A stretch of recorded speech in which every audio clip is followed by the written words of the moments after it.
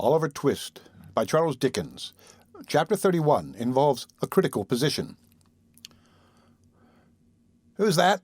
inquired Brittles, opening the door a little way with the chain up and peeping out, shading the candle with his hand. "Open the door," replied a man outside. "It's the officers from Bow Street, as was sent for today." Much comforted by this assurance, Brittles opened the door to its full width, and confronted a portly man in a greatcoat, who walked in, without saying anything more, and wiped his shoes on the mat as coolly as if he lived there. "Just send somebody out to relieve my mate, will you, young man?" said the officer. "He's in the gig, a-minding the prad.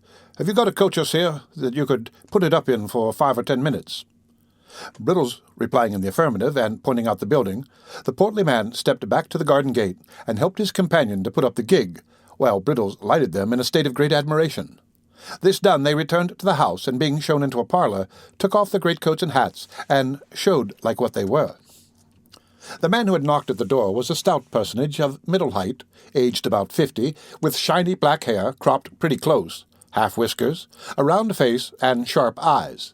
The other was a red-headed, bony man in top boots, with a rather ill-favoured countenance and a turned-up, sinister-looking nose. "Tell your governor that Blathers and Duff is here, will you?" said the stouter man, smoothing down his hair and laying a pair of handcuffs on the table. "Well, good evening, master. Can I have a word or two with you in private, if you please?" This was addressed to Mr. Losberne, who now made his appearance. That gentleman, motioning Brittles to retire, brought in the two ladies and shut the door.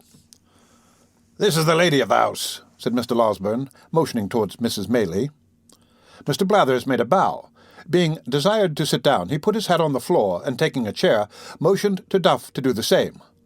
The latter gentleman, who did not appear quite so much accustomed to good society, or quite so much at his ease in it, one of the two, seated himself after undergoing several muscular affections of the limb, and the head of his stick into his mouth with some embarrassment.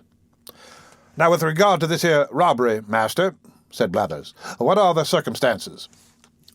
Mr. Losberne, who appeared desirous of gaining time, recounted them at great length and with much circumlocution. Messrs. Blathers and Duff looked very knowing meanwhile, and occasionally exchanged a nod. "I can't say for certain till I see the work, of course," said Blathers, "but my opinion at once is, I don't mind committing myself to that extent, that this wasn't done by a yokel, eh, Duff?" "Certainly not," replied Duff. "And translating the word yokel for the benefit of the ladies, I apprehend your meaning to be that this attempt was not made by a countryman," said Mr. Losberne with a smile. "That's it, master," replied Blathers. "This is all about the robbery, is it?" "All," replied the doctor. "Now, what is this about this here boy that the servants are a-talking on?" said Blathers.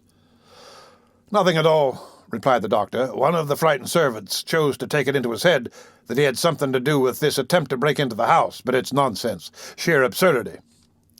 "Very easy disposed of, if it is," remarked Duff. "What he says is quite correct," observed Blathers, nodding his head in a confirmatory way, and playing carelessly with the handcuffs as if they were a pair of castanets. "Who is the boy? What account does he give of himself? Where did he come from? He didn't drop out of the clouds, did he, master?" "Of course not," replied the doctor, with a nervous glance at the two ladies. "I know his whole history, but we can't talk about that presently. You would like first to see the place where the thieves made their attempt, I suppose." "Certainly," rejoined Mr. Blathers. "We had better inspect the premises first, and examine the servants afterwards. That's the usual way of doing business." Lights were then procured, and Messrs. Blathers and Duff, attended by the native constable Brittles, Giles, and everybody else in short, went into the little room at the end of the passage and looked out at the window, and afterwards went round by way of the lawn and looked in at the window, and after that had a candle handed out to inspect the shutter with, and after that a lantern to trace the footsteps with, and after that a pitchfork to poke the bushes with. This done, amidst the breathless interest of all beholders, they came in again, and Mr. Giles and Brittles were put through a melodramatic representation of their share in the previous night's adventures, which they performed some 6 times over, contradicting each other in not more than one important respect, the first time, and in not more than a dozen, the last. This consummation being arrived at, Blathers and Duff cleared the room and held a long council together, compared with which, for secrecy and solemnity, a consultation of great doctors on the naughtiest point in medicine would be mere child's play. Meanwhile, The doctor walked up and down the next room in a very uneasy state, and Mrs. Maylay and Rose looked on with anxious faces. "Upon my word," he said, making a halt after a great number of very rapid turns, "I hardly know what to do." "Surely," said Rose, "the poor child's story, faithfully repeated to these men, will be sufficient to exonerate him." "I doubt it, my dear young lady," said the doctor, shaking his head. "I don't think it would exonerate him either with them or with legal functionaries of a higher grade. What is he, after all, they would say? A runaway. Judged by mere worldly considerations and probabilities, his story is a very doubtful one." "You believe it, surely," interrupted Rose. "I believe it, strange as it is, and perhaps I may be an old fool for doing so," rejoined the doctor, "but I don't think it is exactly the tale for a practical police officer, nevertheless." "Why not?" demanded Rose. "Because, my pretty cross-examiner," replied the doctor, "because viewed with their eyes there are many ugly points about it. He can only prove the parts that look ill, and none of those that look well. Confound the fellows! They will have the why and the wherefore, and will take nothing for granted. On his own showing, you see, he has been the companion of thieves for some time past. He has been carried to a police officer on a charge of picking a gentleman's pocket. He has been taken away forcibly from that gentleman's house to a place which he cannot describe or point out, and of the situation of which he has not the remotest idea.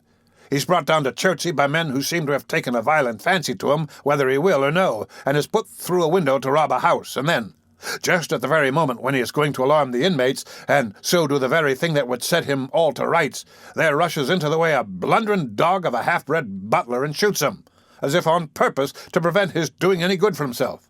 Don't you see all this?" "I see it, of course," replied Rose, smiling at the doctor's impetuosity. "But still, I do not see anything in it to criminate the poor child." "No," replied the doctor, "of course not. Bless the bright eyes of your sex. They never see whether for good or bad more than one side of any question, and that is always the first which presents itself to them."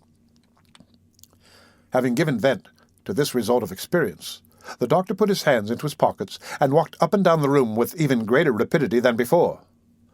"The more I think of it," said the doctor, "the more I see that it will occasion endless trouble and difficulty if we put these men in possession of the boy's real story.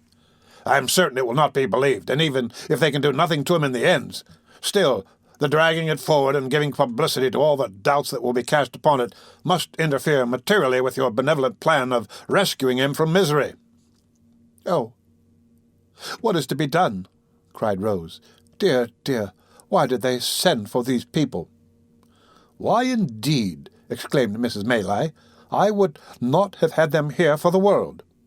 "All I know is," said Mr. Losberne at last, sitting down with a kind of desperate calmness, "that we must try and carry it off with a bold face. The object is a good one, and that must be our excuse. The boy has strong symptoms of fever upon him, and is in no condition to be talked to any more. That's one comfort. We must make the best of it, and if bad be the best, it is no fault of ours. Come in." "Well, master," said Blathers, entering the room, followed by his colleague, and making the door fast before he said any more. "This warn't a put-up thing." "And what the devil's a put-up thing?" demanded the doctor impatiently. "We call it a put-up robbery, ladies," said Blathers, turning to them as if he pitied their ignorance, but had a contempt for the doctors, "when the servants is in it." "Nobody suspected them in this case," said Mrs. Maylay. "Very likely not, ma'am," replied Blathers. "But they might have been in it for all that." "More likely on that very account," said Duff. "We find it was a town hand," said Blathers, continuing his report, "for the style of work is first-rate." "Very pretty indeed it is," remarked Duff in an undertone. "There was 2 of 'em in it," continued Blathers, "and they had a boy with 'em. That's plain from the size of the window. That's all to be said at present. We'll see this lad that you've got upstairs at once, if you please." "Perhaps they will take something to drink first, Mrs. Maylay?" said the doctor, his face brightening as if some new thought had occurred to him. "Oh, to be sure," exclaimed Rose eagerly. "You shall have it immediately, if you will." "Why, thank you, miss," said Blathers, drawing his coat sleeve across his mouth. "It's dry work, this sort of duty. Anything that's handy, miss. Don't put yourself out of the way on our accounts." "What shall it be?" asked the doctor, following the young lady to the sideboard. "Oh, a little drop of spirits, master, if it's all the same," replied Blathers. "It's a cold ride from London, ma'am, and I always find that spirits come home warmer to the feelings." This interesting communication was addressed to Mrs. Mayleye, who received it very graciously. While it was being conveyed to her, the doctor slipped out of the room. "Ah," said Mr. Blathers, not holding his wine-glass by the stem, but grasping the bottom between the thumb and forefinger of his left hand, and placing it in front of his chest. "I have seen a good many places of business like this in my time, ladies." "That crack down in the back lane at Edmonton, Blathers," said Mr. Duff, assisting his colleague's memory. "That was something in this way, warn't it?" rejoined Mr. Blathers. "That was done by, Conky Chickweed, that was." "You always give that to him," replied Duff. "It was the family pet, I tell you. Conky hadn't any more to do with it than I had." "Get out," retorted Mr. Blathers. "I know better. Do you mind that time when Conky was robbed of his money, though? Oh, what a start that was. Better than any novel book I ever see." "What was that?" inquired Rose, anxious to encourage any symptoms of good humour in the unwelcome visitors. "Oh, it was a robbery, miss, that hardly anybody would have been down upon," said Blathers. "This here Conky Chickweed—" "Conky means nosy, ma'am," interposed Duff. "Of course the lady knows that, don't she?" demanded Mr. Blathers. "Always interrupting you are, partner. Now, this here Conky Chickweed, miss, kept a public-house over Battlebridge Way, and he had a cellar where a good many young lords went to see cock-fighting and badger-drawing and that, and a very intellectual manner the sports was conducted in, for I've seen him often. He won one of the family at that time, and one night he was robbed of 327 guineas in a canvas bag that was stole out of his bedroom in the dead of night by a tall man with a black patch over his eye, who had concealed himself under the bed, and after committing the robbery jumped slap out of window, which was only a story high. He was very quick about it. But Conky was quick too, for he fired a blunderbuss arter him and roused the neighbourhood. They set up a hue and cry directly, and when they came to look about him, found that Conky had hit the robber, for there was traces of blood all the way to some palings a good distance off, and there they lost him.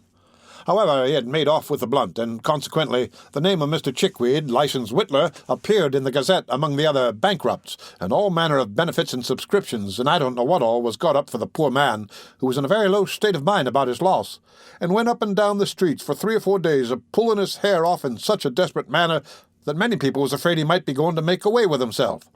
One day he came up to the office, all in a hurry, and had a private interview with the magistrate, who, after a deal of talk, rings the bell and orders Jem Spires, Jem was an active officer, and tells him to go and assist Mr. Chickweed in apprehending the man as robbed his house. "I see him, Spires," said Chickweed. "Passed my house yesterday morning." "Why didn't you up and collar him?" says Spires. "I was so struck all of a heap that you might have fractured my skull with a toothpick," says the poor man. "But we're sure to have him, for between 10 and 11 o'clock at night he passed again." Spires no sooner heard this than he put some clean linen and a comb in his pocket, in case he should have to stop a day or two, and away he goes and sets himself down at one of the little public-house windows behind the little red curtain with his hat on, all ready to bolt out at a moment's notice. He was smoking his pipe here late at night, when all of a sudden Chickweed roars out, "Here he is! Stop thief! Murder!" Jem Spires dashes out, and there he sees Chickweed a-tearing down the street full cry. Away goes Spires, on goes Chickweed, round turns the people, everybody roars out, "Thieves!" and Chickweed himself keeps on shouting all the time, like mad. Spires loses sight of him a minute as he turns the corner, shoots round, sees a little crowd, dives in. "Which is the man?" "Damn me," says Chickweed, "I've lost him again." It was a remarkable occurrence, but he warn't to be seen nowhere, so they went back to the public-house. Next morning Spires took his old place and looked out from behind the curtain for a tall man with a black patch over his eye, till his own 2 eyes ached again. At last he couldn't help shutting them to ease him a minute, and the very moment he did so, he hears Chickweed a-roaring out, "Here he is!" Off he starts once more, with Chickweed halfway down the street ahead of him, and after twice as long a run as the yesterday's one, the man's lost again. This was done once or twice more, till one half the neighbours gave out that Mr. Chickweed had been robbed by the devil, who was playing tricks with him afterwards, and the other half that poor Mr. Chickweed had gone mad with grief. "What did Jem Spires say?" inquired the doctor, who had returned to the room shortly after the commencement of the story. "Jem Spires," resumed the officer, "for a long time said nothing at all, and listened to everything without seeming to, which showed he understood his business. But one morning he walked into the bar and, taking out his snuff-box, says, 'Chickweed, I've found out who done this here robbery.' 'Have you?' says Chickweed. 'Oh, my dear Spires, only let me have vengeance, and I shall die contented. Oh, my dear Spires, where is the villain?' 'Come,' said Spires, offering him a pinch of snuff. 'None of that, gammon, you did it yourself.' So he had, and a good bit of money he had made by it, too, and nobody would never have found it out if he hadn't been so precious anxious to keep up appearances,' said Mr. Blathers, putting down his wine-glass and clinking the handcuffs together. 'Very curious indeed,' observed the doctor. 'Now, if you please, you can walk upstairs.' 'If you please, sir,' returned Mr. Blathers. Closely following Mr. Losberne, the two officers ascended to Oliver's bedroom, Mr. Giles preceding the party with a lighted candle. Oliver had been dozing, but looked worse, and was more feverish than he had appeared yet. Being assisted by the doctor, he managed to sit up in bed for a minute or so, and looked at the strangers without at all understanding what was going forward, in fact, without seeming to recollect where he was or what had been passing. "This," said Mr. Losberne, speaking softly but with great vehemence notwithstanding, "this is the lad who, being accidentally wounded by a spring-gun in some boyish trespass on Mr. What-d'ye-call-him's grounds at the back here, comes to the house for assistance this morning, and is immediately laid hold of and maltreated by that ingenious gentleman with a candle in his hand, who has placed his life in considerable danger, as I can professionally certify." Messrs. Blather and Duff looked at Mr. Giles as he was thus recommended to their notice. The bewildered butler gazed from them towards Oliver, and from Oliver towards Mr. Losberne, with a most ludicrous mixture of fear and perplexity. "You don't mean to deny that, I suppose?" said the doctor, laying Oliver gently down again. "It was all done for the best, sir," answered Giles. "I am sure I thought it was the boy. I wouldn't have meddled with him. I am not of an inhuman disposition, sir." "Thought it was what boy?" inquired the senior officer. "The housebreaker's boy, sir," replied Giles. They certainly had a boy." "Well, do you think so now?" inquired Blathers. "Think what now?" replied Giles, looking vacantly at his questioner. "Think it's the same boy, stupid head," rejoined Blathers impatiently. "I don't know. I really don't know," said Giles with a rueful countenance. "I couldn't swear to him." "What do you think?" asked Mr. Blathers. "I don't know what to think," replied poor Giles. "I don't think it is the boy indeed. I'm almost certain that it isn't. It can't be." "Has this man been a-drinking, sir?" inquired Blathers, turning to the doctor. "What a precious muddle-headed chap you are," said Duff, addressing Mr. Giles with supreme contempt. Mr. Losberne had been feeling the patient's pulse during this short dialogue, but he now rose from the chair by the bedside and remarked that if the officers had any doubts upon the subject, they would perhaps like to step into the next room and have Brittles before them. Acting upon this suggestion, they adjourned to a neighbouring apartment, where Mr. Brittles, being called in, involved himself and his respected superior in such a wonderful maze of fresh contradictions and impossibilities as tended to throw no particular light on anything but the fact of his own strong mystification, except, indeed, his declarations that he shouldn't know the real boy if he were put before him that instant, that he had only taken Oliver to be he because Mr. Giles had said he was, and that Mr. Giles had 5 minutes previously admitted in the kitchen that he began to be very much afraid he had been a little too hasty. Among other ingenious surmises, the question was then raised whether Mr. Giles had really hit anybody, and upon examination of the fellow pistol to that which he had fired, it turned out to have no more destructive loading than a gunpowder in brown paper, a discovery which made a considerable impression on everybody but the doctor, who had drawn the ball about 10 minutes before. Upon no one, however, did it make a greater impression than on Mr. Giles himself, who, after labouring for some hours under the fear of having mortally wounded a fellow creature, eagerly caught at this new idea and favoured it to the utmost. Finally, the officers, without troubling themselves very much about Oliver, left the Chertsey constable in the house and took up their rest for that night in the town, promising to return the next morning. With the next morning there came a rumour that 2 men and a boy were in the cage at Kingston, who had been apprehended overnight under suspicious circumstances, and to Kingston Messrs. Blathers and Duff journeyed accordingly. the suspicious circumstances, however, resolving themselves on investigation into the one fact that they had been discovered sleeping under a haystack, which, although a great crime, is only punishable by imprisonment and is, in the merciful eye of the English law and its comprehensive love of all the king's subjects, held to be no satisfactory proof, in the absence of all other evidence, that the sleeper, or sleepers, have committed burglary accompanied with violence and have therefore rendered themselves liable to the punishment of death. Messrs. Blathers and Duff came back again, as wise as they went. In short, after some more examination and a great deal more conversation, a neighbouring magistrate was readily induced to take the joint bail of Mrs. Mayleye and Mr. Losberne for Oliver's appearance if he should ever be called upon, and Blathers and Duff, being rewarded with a couple of guineas, returned to town with divided opinions on the subject of their expedition. The latter gentleman, on a more mature consideration of all the circumstances, inclining to the belief that the burglarious attempt had been originated with the family pet, and the former being equally disposed to concede the full merit of it to the great Mr. Conkney Chickweed. Meanwhile, Oliver gradually throve and prospered under the united care of Mrs. Mayleye, Rose, and the kind-hearted Mr. Losberne. If fervent prayers gushing from hearts overcharged with gratitude be heard in heaven, and if they be not, what prayers are, the blessings which the orphan child called down upon them sunk into their souls, diffusing peace and happiness. The end of Chapter 31 of Oliver Twist.